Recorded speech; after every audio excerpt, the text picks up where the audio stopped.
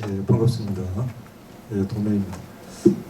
오늘 굉장히 역사적으로 중요한 날인 것 같습니다. 우리 역사를 지키는데 뭐 평생을 헌신해 오신 한글암 역사 문화연구소의 이덕일 소장님, 그리고 또 뜻을 같이 하는 그런 여러분들과 그리고 이 고령에서 또 대가야의 그 중심인 고령에서 고령 향토사 연구회 회장이신 박장호 회장님께서 이 자리를 마련해 주셨는데, 저는 요즘 느끼는 게 우리 기존 역사학에서 우리 주류 사학계에서는 신선한 연구가 나오지 않는다라는 걸 느낍니다. 오히려 역사학 이외에 뭐 정치학을 연구하거나 아니면 뭐 공학을 하는 분들, 또 아니면 뭐 저같이 뭐 제야에 있는 분들이 오히려 신선한 연구를 해내는 것은 이 원료 자체가 문제가 있는 것이 아니고 이 원료를 잘못 해석하고 잘못된 그 쇠뇌된 소위 가스라이팅된 그 원료를 사용해봤자 썩은 원료에서 아무리 양념을 치고 아무리 좋은 무엇을 해도 그것을 먹을 수 없는 것입니다. 그래서 우리 원료 자체가 잘못되지 않았는데 그것을 왜곡하고 한 그것이 문제고, 그것을 눈밝은 사람들이 이제 바로 찾아가는 그런 시민사학의 시대가 되었기 때문에 이런 일들이 가능하리라고 그렇게 생각을 합니다. 뭐 역사에 대해서는 뭐 성자의 기록이다, 또 뭐 과거의 대화다 붙어서 여러 가지 얘기하는데, 저는 요즘 한일 관계와 또 광개토 대왕 능비 이것을 또 연구하고 또 가야 불교를 연구하다 보니까 역사학은 고대사의 문제는 고대사가 아니고 바로 현대사다. 이대일 소장님께서 늘 말씀하시는 말씀입니다. 그리고 지금 일각에서는 과거의 문제를 가지고 왜 자꾸 그러느냐. 오늘 신문에도 제가 보니까 우리 지방신문에 나와 있습니다. 현재와 미래를 위해서 나아가야 되는데 왜 자꾸 과거를 가지고 문제 삼느냐. 그러나 우리가 지금 현재라고 하는 것은 전부 과거로부터 해서 이루어졌습니다. 그리고 그 과거를 우리가 문제 삼자는 것이 아니고 현재 똑바로 하면 그 과거의 잘못은 묻어줄 수 있습니다. 그런데 지금 일본이나 중국이 하는 행태는 과거사에 대한 반성과 참여는 고사하고, 오히려 우리 지금 국내 사학계나 우리 정치계나 역사를 모르고 역사에 대해서 우리가 잘못 대처함으로 해서 오히려 그들의 간을 키워주고, 항상 그들이 문제 일으키면 뒷북이나 치고 이렇게 많은 시간과 비용을 들이는 이 자체가 우리 국력에 커다란 손해가 있고, 오늘 대가야 박물관에 오늘 왔는데 안 그래도 김영균 전 토의원님하고 왔는데 애들이 많이 왔더라고요. 근데 애들이 그 구경하고 하는데 참 보기가 좋습니다. 그래서 우리 애들이 우리의 그 조상들의 저런 아주 아름다운 뛰어난 그런 그 유물과 흔적들을 본다면 거기에 대한 바른 설명만 해주면 애들은 굉장한 자부심을 가질 것입니다. 특히 요즘 김영균 도의원님께서 경남 지역부터 해서 박물관을 쭉 다 조사를 하시는데 유독 고령 대가야 박물관이 가장 잘 돼 있더라. 물론 부분적인 조그만 실수는 있었지만은 여기는 거의 왜곡이었고 잘 돼 있더라. 학예사들도 바른 가치관에 서 있고 그렇다라고 하는 것은 여기 박물관장님이나 학예사들이 바른 역사관을 가지고 있다는 것을 의미하고, 거기에는 바로 박장호 대가야 향토사 연구회 회장님을 비롯한 이 향토사가 바르게 살아있기 때문에 그것이 견제가 되고 그렇다라고 합니다. 저는 김해에 살면서 가야의 심장부에 산다라고 하면서 사실은 가야의 역사가 지금 많이 왜곡되어 있는 데서 그 책임감을 가지지 않을 수가 없습니다. 제가 오늘 말씀드릴 내용은 광개토 태양비 변조와 임나 위치에 대한 고찰입니다. 자, 이 능비의 개요에 대해서는 다 아실 것이고, 시호가 국광상 광개토경 평안 호태왕입니다. 근데 지금 저 두 번째에 보는 국강, 강자를 대부분 지금 언덕강자로 쓰고 있습니다. 언덕강자가 아니고 북극성 강자입니다. 그래서 원래 우리 민족은 천손이고 하늘을 숭상했고, 그리고 광개토대왕 능비에도 언덕강이 아니고 분명히 북극성을 의미하는 저 강자를 썼는데도 지금 우리 민족문화대백과 사전부터 대부분은 다 언덕강자를 쓰고 있는데, 우리 민족사학계에서도 또 그렇게 쓰는 분들도 있는데 그것은 오기입니다. 자, 광개토대왕의 이런 업적이 있습니다. 자, 저렇게 지금 풍면, 3면 지금 탁분하는 과정이 나와 있습니다. 자, 1880년도에 일본은 일본 육군 참모 본부에서 밀정, 스파이 사카와 가게아키를 와 함께 몇 명의 밀정을 중국에 파견합니다.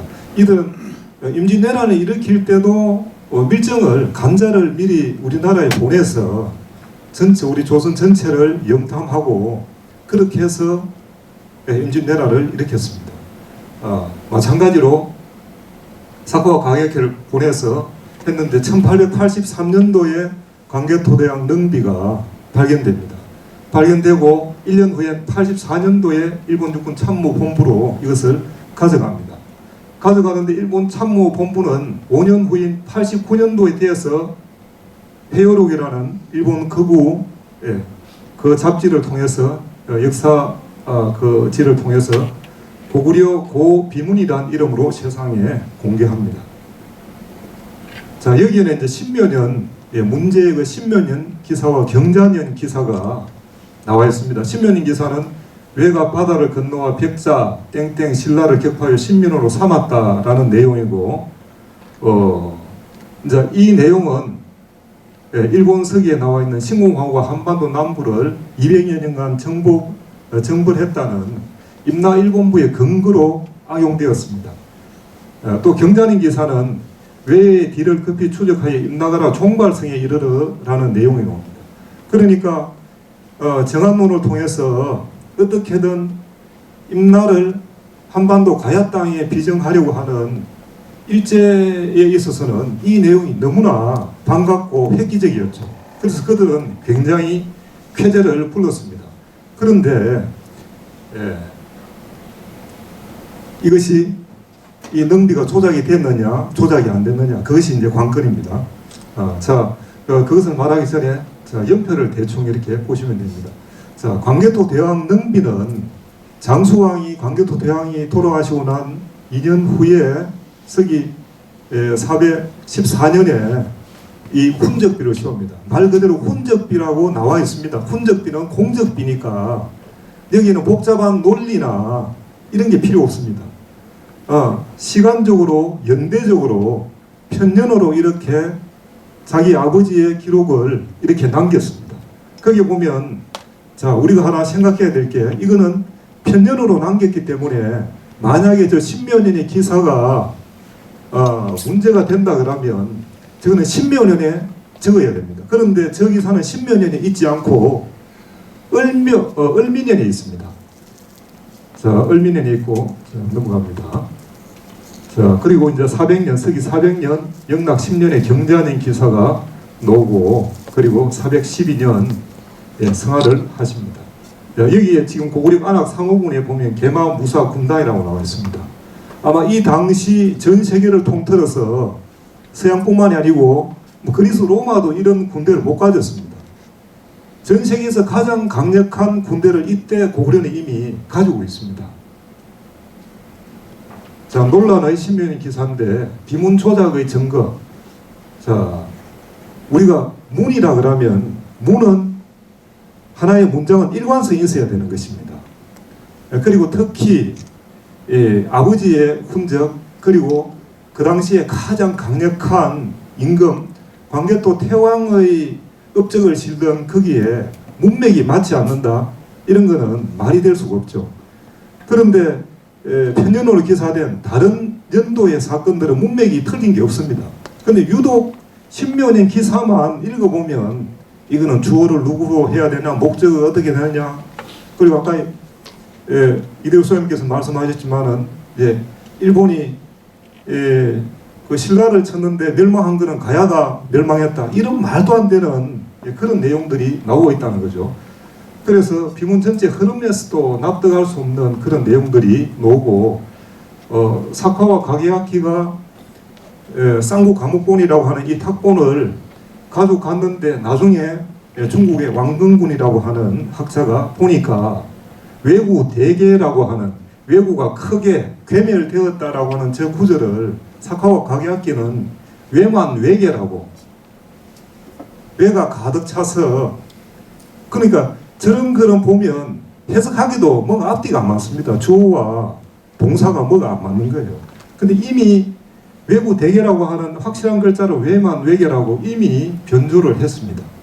신메연조 이전에 벌써 이런 변조가 군데군데 보이고 있습니다.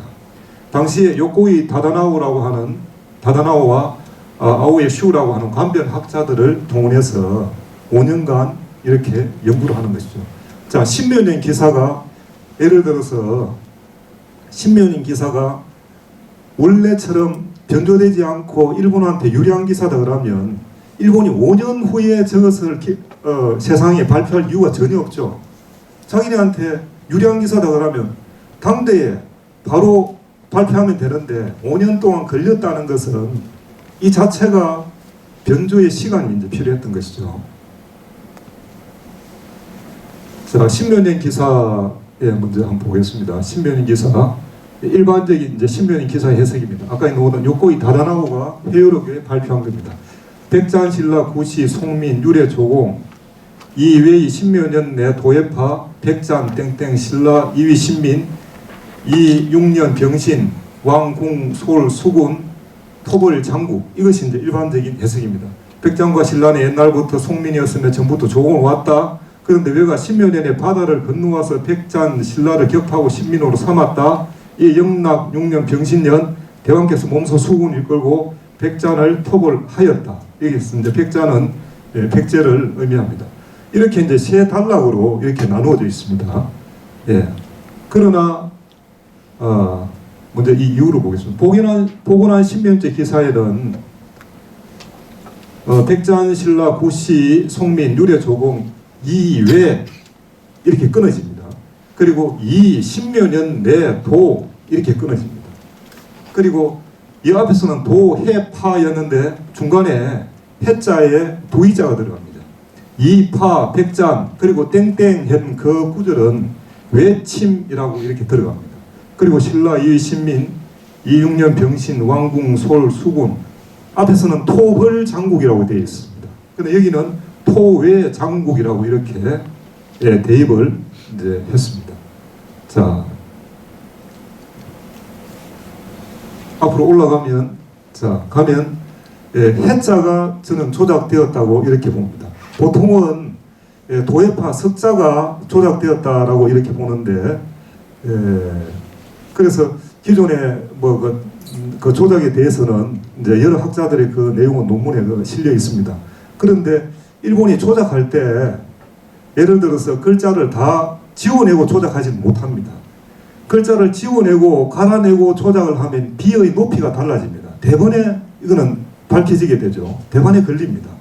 그래서 그들은 최소의 어떤 변조를 통해서 최대 문맥을 바꾸고 전체의 흐름을 엎으려 하는 것이죠. 그래서 그들이 연구에서 찾아낸 글자가 두이자입니다. 그래서 두이자에 가액을 하는 방식으로 해서 변조를 합니다.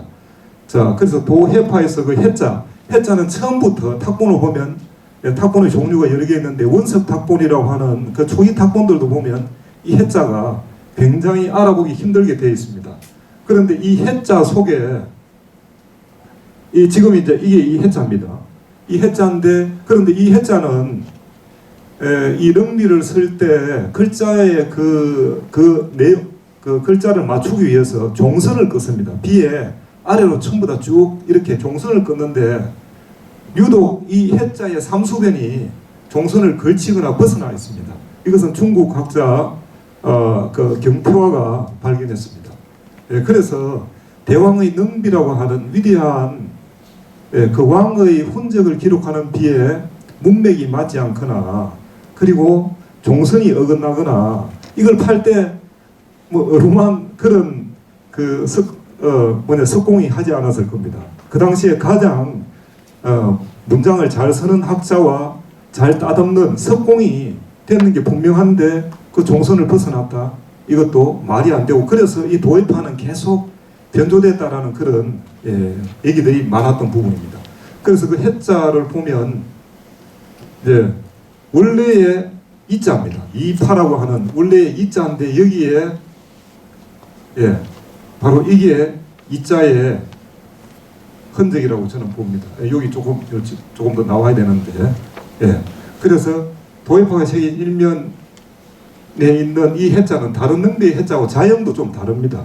다른 해자를 다 봤는데 자형도 다르고 원래부터 훼손되어 있고, 원래는 이 두 이자에다가 이렇게 가역을 해서 이렇게 하고 있습니다.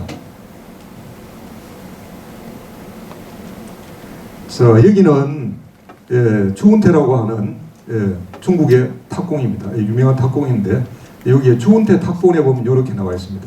요 해자 속에 있는 두 이자의 흔적입니다. 근데 여기에 옛날에 제1사학자 이진희 박사도 얘기했지만은 여기에 석회도 바르고 이렇게 했습니다. 뭐 그 석회 바른 데 대해서는 서로 다른 주장을 하지만, 그렇기 때문에 그 석회가 시간이 지나면서 떨어진 부분도 있지만 아직 석회가 다 떨어지지 않은 부분도 있습니다. 자, 여기는 교토본에 나오는 이 두 이자의 흔적인데, 요거는 교토본은 아마 석회 탁본인 걸로 그렇게 보입니다. 자, 여기는 장명선이라고 하는 아주 유명한 탁공입니다. 중국의 탁공인데 1963년도에 탁출한 겁니다. 아까 장 선생님도 이 장명선 그 탁본을 이렇게 예를 들어가 보이셨는데, 여기에 이제 이구 등조라고 할 때 그 두이자입니다. 두이자인데 여기에서 보면 이 비면이 고르지 않기 때문에 반듯하게 이렇게 두이자가 놓지 않습니다. 어떤 두이자는 이렇게, 여기는 두이자가 쳐져 있죠. 이렇게 쳐져 있고, 이 두이자는 아래로 이렇게 쳐져 있습니다. 여기는 배가 쳐져 있는데, 근데 사카오는 상고과목본에 이렇게 반듯하게 이렇게 했습니다. 그러나 상고과목본은 믿을 수가 없는 것이죠. 자, 그래서 일반적인 신변형 기사와 다르게 이렇게 보고 난 그 내용을 해보면 이렇습니다. 백장과 신라는 예로부터 숙민이었으며 전부터 조공을 왔다. 그러나 이 외에 할 때, 그러나 외는 신면으로부터 물을 건너 왔다. 원래는 조공을이라고 하는 것은 이 목적어는 생략된 건데, 요건 제가 여기에 넣었습니다. 그래서 한자는 주어와 목적어, 반복되는 주어와 목적어를 생략하기도 합니다. 자, 그리고 두 처부술, 이파라고 하는 것은 두 처부술, 형용사적으로 표현이 되었습니다. 백장과 외, 그러니까 백장과 외가 둘이죠. 두 처부술, 백장과 외가 신라를 침공했다는 거죠. 신라를 침공해서 신민으로 삼으려 했기 때문에, 이 위라고 하는 것은 삼으려 했다라는 뜻입니다. 그렇기 때문에 6년 병신년에 때문에, 이때는 때문에라고 쓰입니다. 근데 이 이자가 여기에서는 신면형부터라는 유래로 쓰이고, 여기에 이자는 그렇죠. 신면형부터라는 유래로 쓰이고, 여기에는 신민으로 삼으려 했다라는 어떤 소유로 쓰입니다. 그리고 여기에서 이자는 때문에라는, 이해라고도 쓰지만 때문이라고. 그래서 이 이자의 세 가지 용법이 다 다릅니다. 여기서 보면 우리 한자는 대충 이래 넘어가면 안 됩니다. 한자는 써놨을 때 한자가 다 의미가 있습니다. 그래서 앞에서 푸른 거하고 지금 보고 난 신명제 기사는 다릅니다. 내용도 다를 뿐더러 앞에는 다 풀지 않은 부분도 있는데 이 한자 다 풀어야 됩니다. 그렇게 했을 때 왕이 직접 수군을 인솔해서 가서 토외 장국, 이게 보통 토벌 장국이라고 나와 있는데, 요 뒤에 나오겠지만 이 벌자가 아닙니다. 이게 외자입니다. 자, 거꾸로 이제 한번 보시겠습니다. 거꾸로 보면 병신년에 임금이 광개토 태왕이 토벌한 것은 외와 장국, 여기서 장국은 백장과 마찬가지로 백제입니다. 이 두 나라죠. 그러면 이 결과가 놀라면 이 과정이, 앞에 과정이 있어야 되겠죠. 그 과정은 왜 그러냐, 이 두 처부술놈의 백제와 외가 신라를 침공해서 신민으로 삼으려 했기 때문에 출병했다라는 그 명분을 얘기하고 있습니다. 그리고 이제 그 앞에는 이렇게 출병하는 그 전에 이제 어떤 전제로서, 전치문으로서 이렇게 지금 이 조공에 대한 내용입니다. 그러니까 레, 도까지는 조홍에 대한 내용입니다. 조홍에 대한 내용이고 여기에서는 바로 이제 두처부술이라고 하는 이 파자가 사실은 용례가 지금 없습니다. 그 당시에 우리 기록이 없을 뿐더러 그런데 이 파자는 보통 처부술, 뭐 찢어버릴 뭐 이렇게 쓰입니다. 그러니까 이 광개토대왕 능비 전체를 보면 우리 지금 북한 사람 성격 비슷하게 굉장히 직설적이고 그렇게 단박하게 얘기하고 있습니다. 그러니까 이렇게 좀 강하게 이제 그 백제 같은 경우도 백제 떨거지, 장국, 백잔, 장국 이렇게 표현을 하고 외 같은 경우도 외적, 외국 이렇게 상대를 아주 이제 낮춰서 그렇게 보고 있습니다. 자, 변조된 이 도예파 부분은 석자 이 세 글자 다가 된 게 아니고 해자 하나만이 이렇게 변조되었습니다. 그리고 결락된 글자는 외침이라고 이렇게 복원할 수가 있습니다. 자, 그리고 레는 오다는 뜻인데 조홍을 왔다. 목적어가 지금 생략된 겁니다. 예. 자, 물을 건너다. 물을 건너다는 것은 바다를 건넌다는 것을 의미하고 있습니다. 자, 파는 우리가 파렴치라고 할 때 이 파자를 씁니다. 예. 파렴치, 처부술, 뭐 요즘으로 치면 때려 죽일, 쳐 죽일 이렇게도 표현할 수 있는 것이죠. 그리고 장의 뜻은 처불술, 예. 무너뜨릴 죽일 이런 의미가 있다라고 보입니다. 이게 삼국과목본에 있는 내용입니다. 삼국과목본에 바로 후행에 있는 이 내용입니다. 신묘년 내 도해, 해가 여기에서도 삼국과목본이 정확하지는 않습니다만 여기에서도 보면 이 해자가 이 종선을 벗어나 있습니다. 예. 자, 그리고 토벌장국이라고 했을 때 토벌로 대부분은 그래 봅니다. 기존의 연구자들도 다 벌로 보는데 그 유성국 지금 돌아가신 유성국 선생님은 이것을 토외라고 이제 그렇게 해석을 했습니다. 그런데 아까 보셨듯이 그 세 단락으로 나누어 보면 왕이 직접 부순 그 국가가 외와 백제였죠. 그렇기 때문에 그 뒤에는 외가 들어가는 게 맞지 그 앞에서도 마찬가지고 그런 과정으로 보면 그게 사카오는 토리라고 했는데 풀어보면 토리 장국을 토벌하기 이익이 됐다. 이것도 말이 안 맞는 거예요. 그러니까 이 가자배기는 조작을 하거나 그렇게 하면 뭔가 문맥이 맞지 않고 어그러져 보입니다. 근데 기존에는 대부분 다 토벌 장국이라고. 자, 여기 보시기에 이게 벌자 비슷합니다. 이 벌자 비슷하게 보입니다. 그런데 제가 다른 이제 능비에 놓는 다른 외자 몇 개가 나옵니다. 다 봤는데 다른 외자와 비교해 보니까 이것은 벌자로 볼 수가 없고 지금 구로다 탁봉이라고 나오는데 이것은 지금 세간에 별로 알려지지 않았습니다. 알려지지 않는데 이창구 박사님이 그 책을 쓴 그 자료에 있어가지고 봤는데 이게 비교적 지금 늦게 알려진 자료인데 이 구로다 탁본에 기존에 보이지 않는 글자들이 드러나고 있습니다. 그래서 앞으로 이 구로다 탁본은 굉장히 연구 대상인데 이 구로다 탁본에 보면 여기에 이 외자가 이 속에 숨어 있습니다. 자, 앞에 있는 지금 남아있는 글자가 요자인데 이 원래의 외자가 지금 석회를 바르고 해가 이쪽 일부는 지금 석회가 이렇게 지금 덮여 있는 겁니다.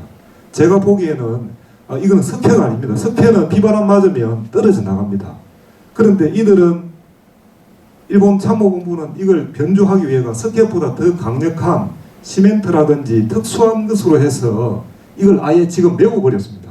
제가 보기에는 지금 요 글자만 드러나 있는데 여기에 지금 가로로 놓인 이 글자가 이 속에 지금 숨어 있다고 보입니다.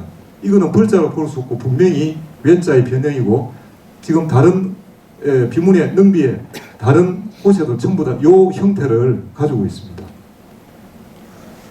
자, 그리고 이게 왜 조작이 됐느냐라고 하면 처음 지금 일반적으로 통용되는 거기에서 보면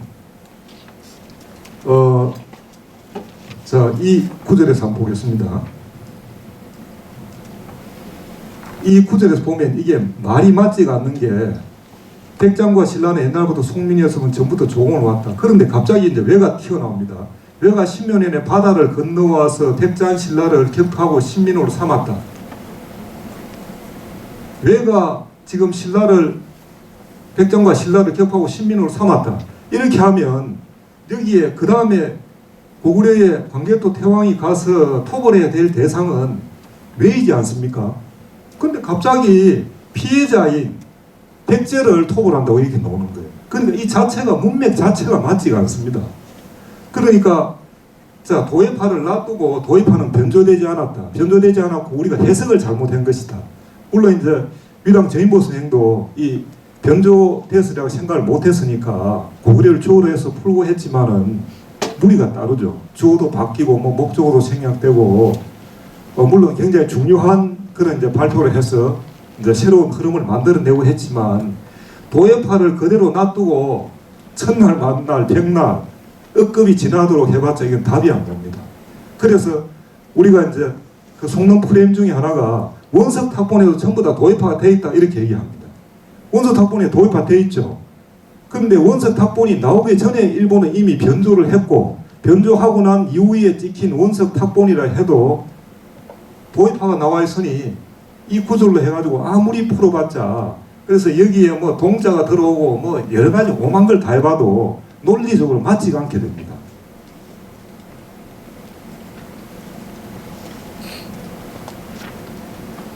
자, 그리고 이제 여기에서 또 하나 우리가 주목해야 될 게 이 광개토 태왕이 이렇게 이제 이 당시에 정벌하던 그 활동이 있습니다. 각국의 역학 관계로 보면 고구려와 백제는 계속 싸우고 있습니다. 그리고 신라가 이제 백제와 외한테 계속 당하고 있습니다. 이렇게 당할 때마다 능비에서도 경자님뿐만 아니고 다른 때도 또 이렇게 나옵니다. 당할 때마다 고구려는 이렇게 신라를 도와줍니다. 그러니까 고구려 입장에서 봤을 때 고구려가 마치 이제 큰형 정도 되면 백제와 외는 둘째나 셋째 정도 되고 신라가 가장 약한 거예요. 그런데 고구려 입장에서 봤을 때는 외와 백제는 계속 신라를 먹어서 이제 고구려를 대항하려고 하고 근데 고구려는 좋든 싫든 신라를 지켜줘야만이 이들을 막을 수가 있는 거죠. 이런 국제관계에 있고 고구려 봉기나 백제 봉기나 어디에도 또 다 찾아봐도 고구려와 가야의 어떤 그런 기사가 없습니다. 그 왜 그러냐 하면 이 지금 영역을 봐도 백제와 신라는 고구려하고 붙어 있어서 직접적인 교류 내지는 또 직접적인 충돌 이런 게 있을 수 있습니다. 근데 여기서 보시다시피 가야는 뚝 떨어져 있습니다. 가야는 떨어져 있기 때문에 직접적인 부딪힐 일도 없고 그래서 가야는 고구려가 강성한데 괜히 고구려하고 맞짱 떠가지고 좋을 리도 없고 그래서 백제와 신라 사이, 고구려 사이에서 어떤 중립적인 그런 태도를 취한 게 아닌가 그렇게 보입니다.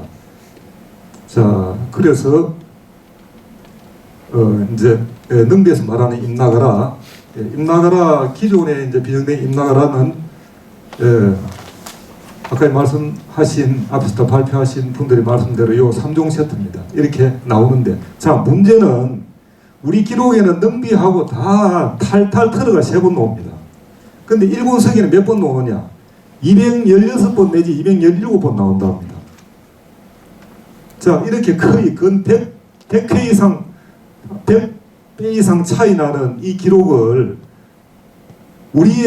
우리나라에 있었던 기록이라고 봐야 되겠습니까? 아니면 일본 서기에 이렇게 많이 나오는 일본에 있는 기록이라고 봐야 되겠습니까? 우리가 우리 역사서를 쓴다 그러면 당연히 우리와 관련 있는 지명과 우리의 일들을 쓰는 게 당연하고 일본이나 중국에 있는 것은 간간히 있기 때문에 별도로 쓰거나 간간히 이렇게 등장할 수밖에 없는 것이죠. 그런데 이 단 3번 나오는 이걸 가지고 억지로 비정을 하는 그 자체도 문제고 그럼 이 3번이 다 맞느냐? 말씀드린 대로 그 강수열전은 이완영 그 대한사랑 총장님께서 이미 논문을 써서 격파했고 또 진경대 탑비도 저 나름대로 보니까 끊어읽기 잘못됐고 여러 가지 또 잘못된 부분이 보입니다. 그래서 오늘 사실은 박장호 회장님께서 또 보신 것은 굉장히 또 신선하다고 느끼고 그래서 적어도 임나에 관해서는 박장호 회장님의 논리나 아니면 우리 민족사학계나 이쪽에서 하는 논리가 훨씬 더 타당하지 지금 주류사계 이나 아니면 일본 우익이 얘기하는 우리 한반도 남부의 반도에 비정한다는 이 자체가 엄청 무리고, 이건 사실은 이건 학문이라고 볼 수가 없습니다. 제가 보기에는 학문이라 그러면 그는 정당하게 서로 드러내놓고 얘기하고, 그리고 토론하고, 거기서 진실을 찾아가는 과정을 거쳐야 되고, 그리고 아니다 그러면 성복할 줄도 알아야 되고, 이런데 근거 없는 일본이 정한론을 위해서 만드는 억지 논리, 그것을 지금까지 고수하고 임나일본도 없다라고 하면서 임나의 지명을 다 한반도 남부에 다 지금도 비정하고 있습니다. 지금 가야 고분군 문제나 이런 문제들이 그 연속 선상에 있고, 그래서 이거는 학자들이 할 일이 아닙니다. 뭐 그런 논리라 그러면 정치하는 게 낫죠. 네. 자, 넘어가겠습니다. 자, 경자년초에 이런 구절이 있습니다. 외배 급추 지 임나가라 종발성 성적 기복. 이걸 풀면 외의 배우를 급히 추적에 임나가라에 이르렀고 쫓아가 성을 치니 성이 곧 기복하였다. 여기서 외배는 외의 배우로, 급추는 추적한다. 지는까지 이렇게 이제 종발성은 쫓아가 성을 치니 성적 기복, 성이 기복하였다. 이렇게 풀이해야 된다고 저는 생각을 합니다. 왜냐하면 기존에는 이 종발성을 명사로 봤습니다. 임나가라 종발성에 이러니 이렇게 했는데 쫓을 종자의 7발자입니다. 이것을 동사로 봐야 된다. 명사가 아닌 동사로 봐야 된다. 자, 그리고 여기에서 지란 이르다는 도착의 의미인데, 이렇게 보면, 자, 여기에서 외의 배우를 급히 추적하여 임나가라에 이르니, 이른다는 한번, 자, 이른다. 우리가 만약에 만약 육지에서 이 일이 일어났다. 육지에서 일어났다 그러면 여기에 이른다 또 다시 쫓는다 이런 이중 구조가 필요 없습니다.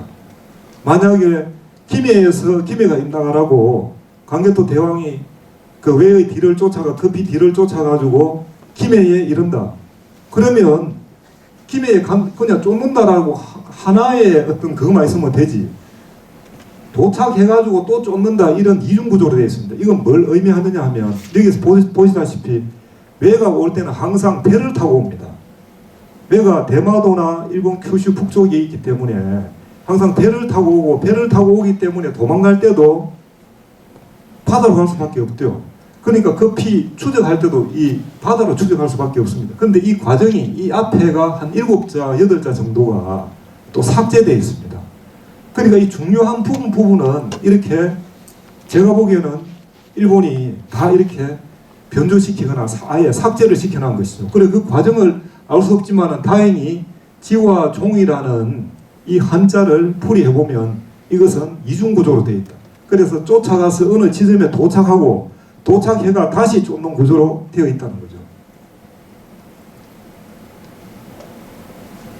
자, 그리고 이제 고구린이 이제 기존의 그 해석을 본다 그러면, 임나가라 종발성에 이르니 성적 기복했다. 임나가라 종발성에 이르니 바로 기복했다 이렇게 된다 아닙니까? 근데 우리가 일반적으로 알기에는 성이라고 하는 성, 자기네 본거지라고 하는 것은 방어하기 가장 좋은 곳입니다. 근데 자기의 근거지, 가장 방어하기 좋은 성에까지 갔는데 싸워보지도 안 하고 항복했다. 그렇게 항복할 것 같으면 육지에서 신라에서 그냥 항복하면 됩니다. 근데 자기네가 바다를 건너가 도망가고 그 자기의 본거지 성까지 간 거는 항전하려고 한 것이죠. 그래서 거기에서 한바탕 싸움이 있었다라는 것을 알 수가 있습니다. 자, 지금 현재 김해 박물관에 지금 나와 있는 그 내용입니다. 여기 보면 지금 임나, 가야에 대해서 임나라고 이렇게 얘기하고, 가야는 오가야, 모가야라는 얘기 저는 뭐 처음 들어옵니다. 그리고 육가야, 칠가야도 처음 들어옵니다. 그리고 임나 19 이런 것은 칠가야, 임나 19은 전형적인 일본 서기에서 말하는 임나 7국, 임나 19국을 이렇게 표현한 것입니다. 그래서 앞으로 이 부분은 반드시 시정이 돼야 된다고 봅니다. 그리고 임나를 고령의 대가나 김해의 금강가야로 보는 것은 모순이다. 왜냐하면 전쟁 기록이 서로 없습니다. 그리고 지형적으로도 서로 떨어져 있습니다.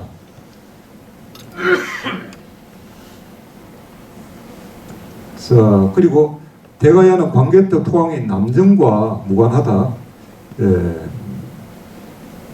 자, 외의 도주로 이런 기록들이 있습니다. 이걸 보면 얘는 바다로부터 왔고, 바다로부터 왔다면 대마도나 큐슈 일수밖에 없다. 지금도 생존에 계십니다. 지금 94시인데 가끔 통화도 하시는데, 이병선 교수님께서는 지명 연구를 통해 가지고 임나를 대마도라고 봤습니다. 이것은 김석형 박사고, 김석형 박사는 큐슈라고 이렇게 봤습니다. 자, 임나의 위치에 대해서 이렇게 나오고 있습니다.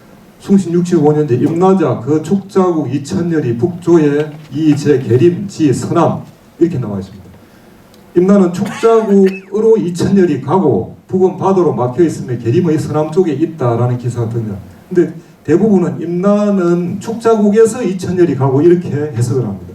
그런데 여기에 그라고 하는 것은 앞에 임나가 없다 그러면 축자국에서 이렇게 풀 수도 있습니다. 기존에 그런 용례들이 꽤 있습니다. 그러나 여기 임나라고 하는 이 주어가 있습니다. 임나라고 하는 주어가 있을 때는 이 것자는 가는 방향으로 그쪽으로 간다라는 것을 의미합니다.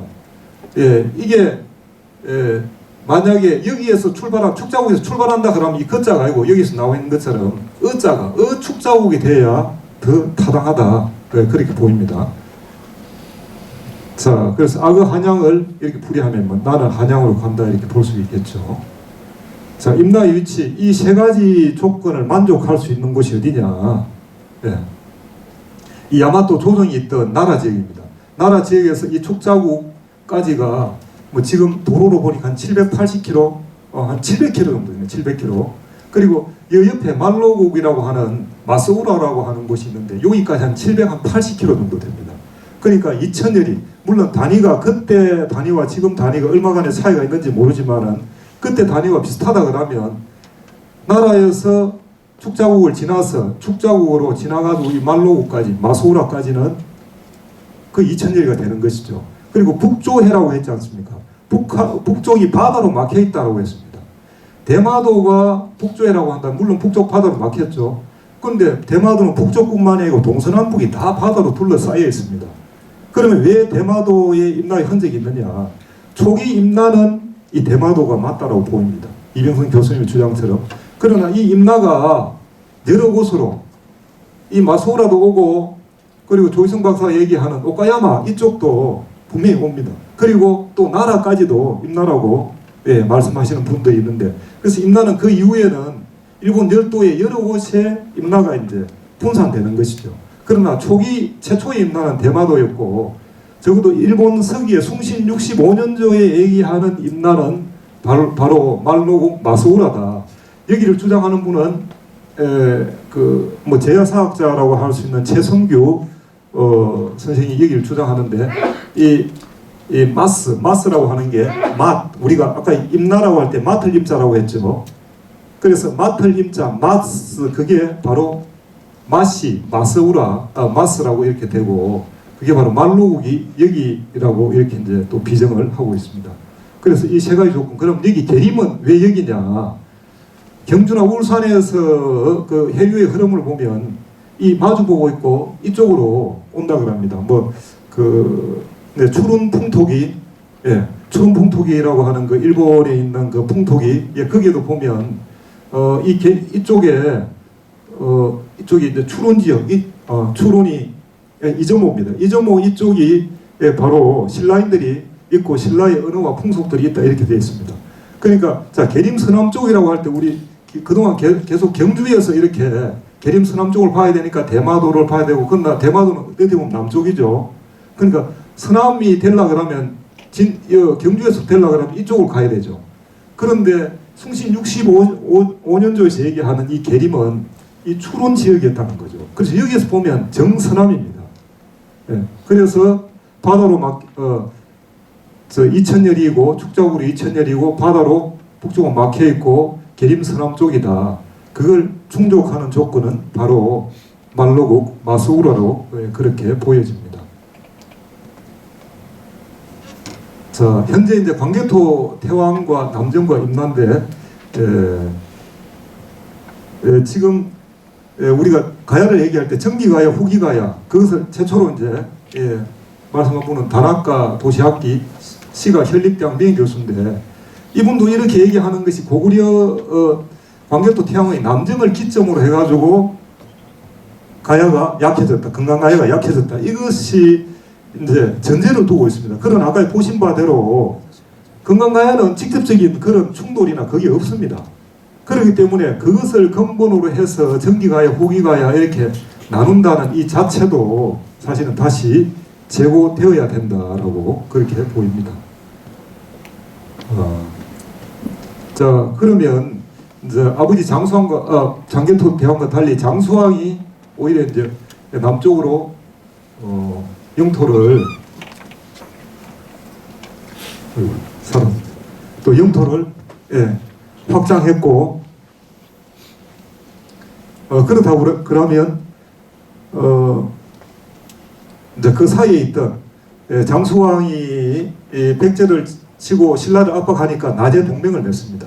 낮에 동맹을 맺으니까 그 사이에 있던 가야는 좀 더 압박을 받을 수 있었겠죠. 그래서 그 지도부나 지도부들이 일본으로 집단 이주한 것이 아닌가 그렇게 보입니다. 이런 관계 속에서 신라와 백제가 동맹을 하고 그러니까 가야 입지가 더욱 좁아져서 신대륙 일본 열도로 간 게 아닌가. 거기에 대해서는 일본의 인구 그 증가를 연구한 고야마 슈조 교수는 이렇게 얘기하고 있습니다. 자, 현재 이 광개토 태왕 능비는 한중일 삼국 역사 지형의 아주 축소판입니다. 그래서 한국은 이 능비를 통해 잃어버린 우리의 고대사를 복원해야 된다 이런 입장이고, 그리고 중국은 동북공정을 통해 고구려는 고대 중국의 지방정권이라 말하면 능비의 진실을 외면하고 있습니다. 그래서 더 이상 진실이 드러나는 것을 원치 않습니다. 그리고 일본은 자기 선조들이 이 능비를 변조를 해서 조선 침략을 정당화했고 이러한 과거의 사실을 듣기 위해서라도 현재도 변조가 없었다고 억지 주장을 하고 있습니다. 지금 현재 우리가 지금 대한민국이라는 나라가 버젓이 있는데도 벌건 대낮에 대놓고 역사 왜곡을 하고 이렇게 하는 일본이 우리 구한말 우리나라가 약해졌을 때 일본이 득세했을 때 역사 왜곡은 훨씬 더 심했고 훨씬 더 강하게 그렇게 했던 것이죠. 그래서 광개토 능비는 제가 단언컨대 100% 변조되었습니다.